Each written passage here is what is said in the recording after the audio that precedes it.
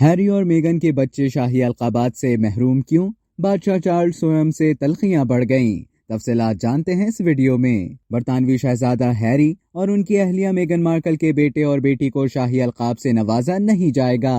دونوں بچے شہزادہ اور شہزادی تو ہو سکتے ہیں، مگر انہیں شاہی خاندان سے متعلق عزت مآب کا لقب نہیں دیا جائے گا، کیونکہ دونوں شاہی امور میں مصروف خدمت نہیں ہیں۔ اس فیصلے کے بعد ان کے والدین جلا وطن جوڑا ایک مرتبہ پھر شاہی خاندان سے ناراض نظر آیا۔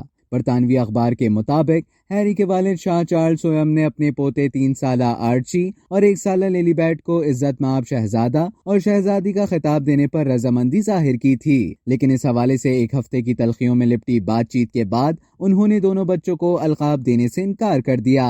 ان القاب سے 2020 میں ان کے والدین ہیری اور میگن کو اس وقت محروم کر دیا گیا تھا جب دونوں نے شاہی خاندان اور برطانیہ سے دستبرداری اختیار کر لی تھی۔